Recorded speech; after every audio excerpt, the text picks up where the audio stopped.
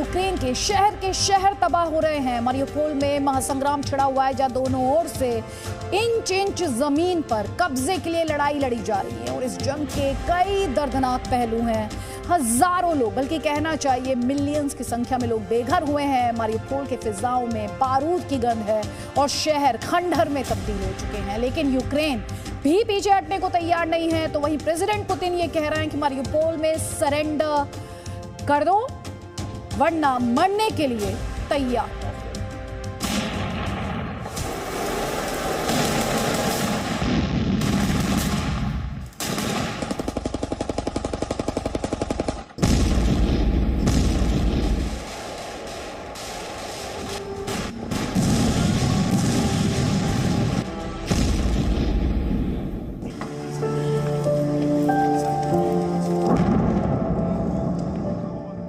जलते हुए घर,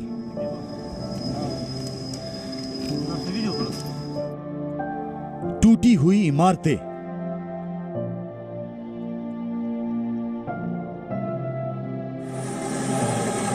सड़कों पर टैंकों की दहाड़,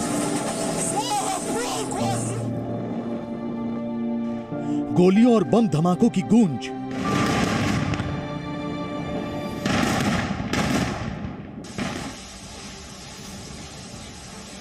मारियोपोल पर रूसी सेना का बारूद बरस रहा है।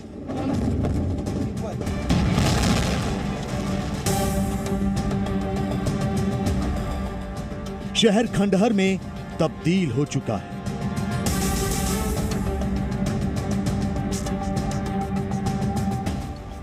सैटेलाइट तस्वीरें इस बियाबान शहर की दर्द भरी दास्तान सुना रही है।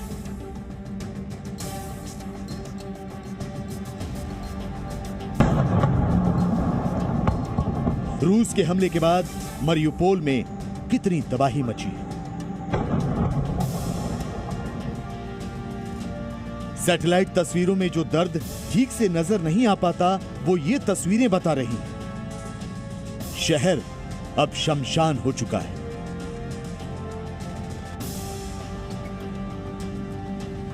उजड़े हुए घर, टूटी हुई दीवारें, बम बारूद के निशान, सुलगता हुआ शहर और वीरान।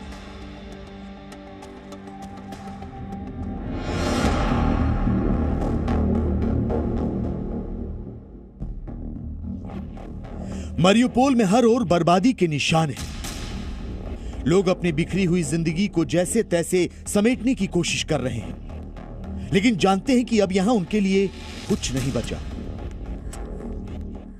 Ничего не осталось. Я же говорю, у баньки живу.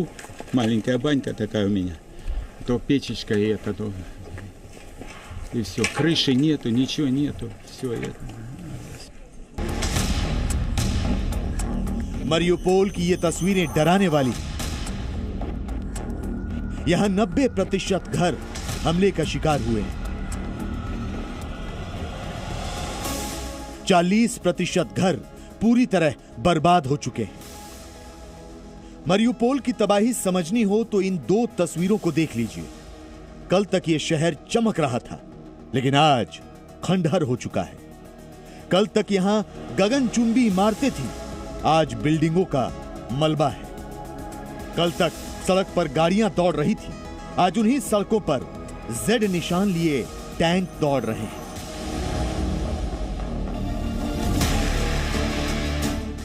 टैंकों पर बैठे रूस के सैनिक मुस्तैद हैं। कोई दुश्मन दिखा नहीं कि वो परखच्चे उड़ा देने को तैयार बैठे हैं। रूस के सैनिक मारियोपोल पर कब्जा करना चाहते हैं, तो यूक्रेन के सैनिक भी डटे हुए हैं। शहर की सड़कों पर वार है, पलटवार है।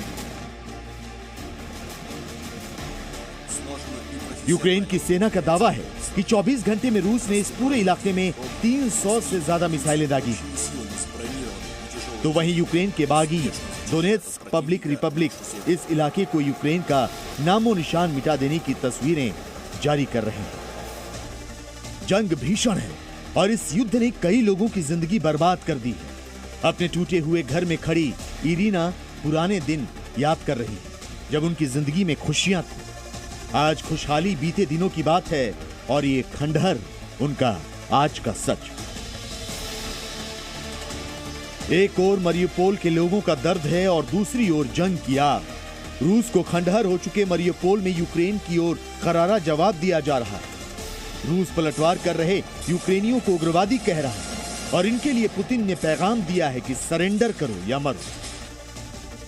मरियुपोल के लोगों को मानवीय मदद पहुंचाने को लेकर रूस के राष्ट्रपति व्लादिमीर पुतिन और फ्रांस के राष्ट्रपति इमैनुएल मैक्रों के बीच फोन पर बातचीत हुई।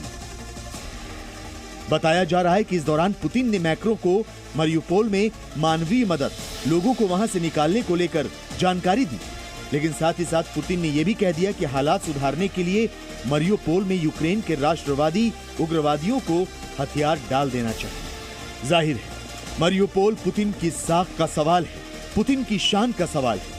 वर्ष 2015 में यूक्रेन ने मरियुपोल को रूस समर्थित अलगाववादियों से छीन लिया था। इसीलिए जानकार मानते हैं कि मरियुपोल पर रूस का कब्जा होता है तो पुतिन दुनिया को बड़ा संदेश देने में कामयाब रहेंगे। इतना ही नहीं, अगर रूस मरियुपोल पर कब्जा कर लेता है तो क्रीमिया और डोनबास के बीच उसे लैंड कॉरिडोर मिल जाएगा, यानी रूसी सेना इस रास्ते पर आसानी से आवाजाही कर सकेगी। डोनबास में यूक्रेन सरकार का विरोध करने वाले अलगाववादियों का असर है, उन्हें रूस का समर्थन हासिल है। रूस की कोशिश है कि वो डोनबास के अलगाववादियों को सैन्य मदद मुहैया करवाए। इसके लिए मरियुपोल रणनीतिक रूप से काफी अहम हो जाता है। रूस अपने सैनिकों को मरियुपोल से डोनबास भेज सकेगा। शायद इसीलिए मरियुपोल में सबसे भीषण लड़ाई लड़ी जा रही है। यहां मुकम्मल जीत के लिए पुतिन की सेना डटी हुई है। मरियुपोल शहर में रूसी सेना के तोपखाने, टैंक, रॉकेट और मिसाइलों का जखीरा भरा हुआ है।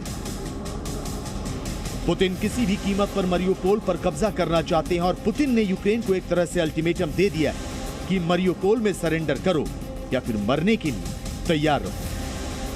Bureau report, Zee media. Presenting B News app, available on Google Play and App Store. Download it now.